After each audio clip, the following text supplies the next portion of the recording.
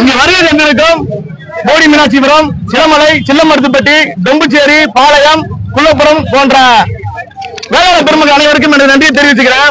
இந்த மாதிரி வெள்ளாளம் கூட மாட்டான்ற தைரியத்துலதான் இன்னைக்கு ஆண்டி மாசம் வந்து இப்படி பேசிக்கிறாங்க. என்ன சொல்றோம்னா, வீசுல காத்துல டூச்சி ஊழல் பண்ண உனக்கு வாவு சிதம்பரம் பிள்ளை பத்தி என்ன பேச தகுதி இருக்குது?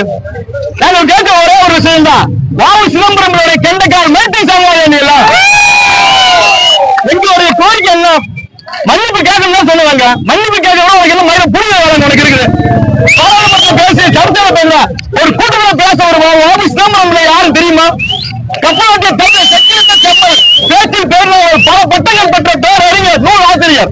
அவருடைய ஒருவருடைய பட்டத்தோட பெற முடியுமா? இன்னைக்கு நீ ஓட்டு போட்டு நீலகிரில வந்து ஓட்டு போட்டு மக்கள் உனக்கு ஜெயிக்க வச்சா என்ன வாழ எல்லாம் பேச முடியும்? பேசுறியா?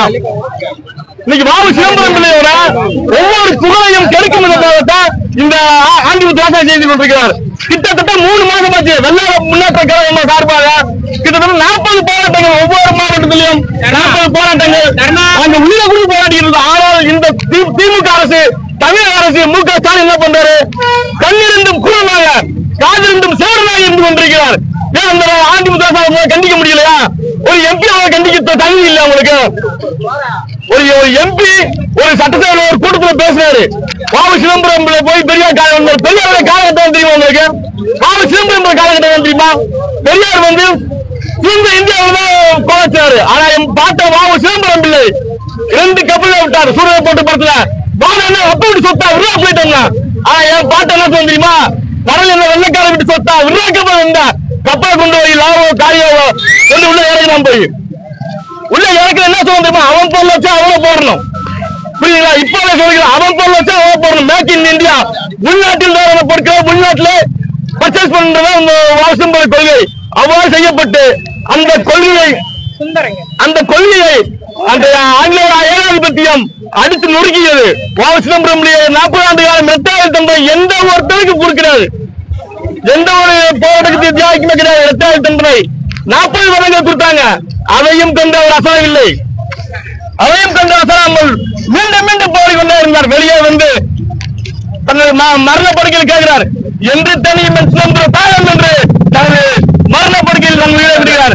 அப்பேற்பட்ட பேர் மகானை வாவுசி அவர்கள் பெரியாருடைய காலில் போய் கெஞ்சினார் என்று சொல்லுவது எவ்வளவு பெரிய அயோக்கியத்தனம், எவ்வளவு பெரிய முட்டாள்தனம்! யாரை கேட்டு நீங்க பேசுறீங்களா? எந்த வரலாறு வச்சு பேசுறீங்க? வாங்கிட்டு என்னாலும் பேசலாமா? சட்டசபையில கொடுத்து என்னாலும் பேசலாமா? மைக் எடுத்தா எல்லாம் பேசுவீங்களா? இன்னைக்கு 2 கோடி வெள்ளாளர்களும் கொலை தந்திருக்கிறார்கள் இந்த திமுக அரசுமே. ஒரு எம்பியா பேசிட்டாரு. தமிழக முதல்வர் என்ன செய்யணும்? தமிழக முதல்வர் அவர் கண்டிச்சிருக்கா கண்டிக்க கூடாதா? அவரை வந்து நீங்க பேசுறது வேடிக்கை பாக்குறீங்களா? அப்ப வெள்ளாளர்களுடைய 2 கோடி ஓட்டு நினைச்சீங்களா? ஓபன் சேர்த்து அறிவிங்க. எனக்கு வெள்ளாளர்கள் யாரும் திமுக ஓட்டு போட வேண்டாம் சொல்லுங்க. அதுக்கப்புறம் பாருங்க இந்த வெள்ளாளர்களுடைய பவர. இன்னைக்கு இங்க பாத்தீங்கன்னா மாவட்டத்தில் இருந்த பாண்டியவளர் வீரவடியார் கொங்கு பகுதியில் கொங்கு வேளாண் கவுண்டர்கள் வடபகுதியில் வட மாவட்டம் மீறியார்கள் உங்களுடைய ஓட்டு எனக்கு வேண்டாம் நான் தயாரிக்க சொல்ல முடியுமா உங்களால? அப்படிதான் இருக்கு நீங்க உங்களுடைய ஸ்டேட்மெண்ட் இப்போதைக்கு. ஆண்டிமுத்துராஜா மன்னிப்பு கேட்டா ஆகணும். இதோட விட போதும். நாங்க நீங்க 10 வாரம் 10 மூணு கத்திரி போய் அடிச்சிட்டு இருக்கீங்க. ஆனா நாங்க விட மாட்டோம். எங்க திமுக கொடி கட்டிட்டு வரோம் அங்கே சேர்ந்து கொஞ்சம் அடிப்போம், ஒவ்வொருத்தரையும் அடிப்போம். எங்கெல்லாம் ஓட்டு கட்டி வரையும் அங்கெல்லாம் கல் அடிவோம். இதை வந்து நீங்க என்னதான் செஞ்சுக்க, நீங்க எவ்வளவு பெரிய வழக்கெல்லாம் பதிவு பண்ணிக்க. கல் அடிகளும் முட்டை வீச்சம் கண்ணாடி உழைப்பும் கண்டிப்பாக திமுக நடந்தே தீரும் என்பதை சொல்லி விடைபெறுகிறேன். நன்றி, வணக்கம்.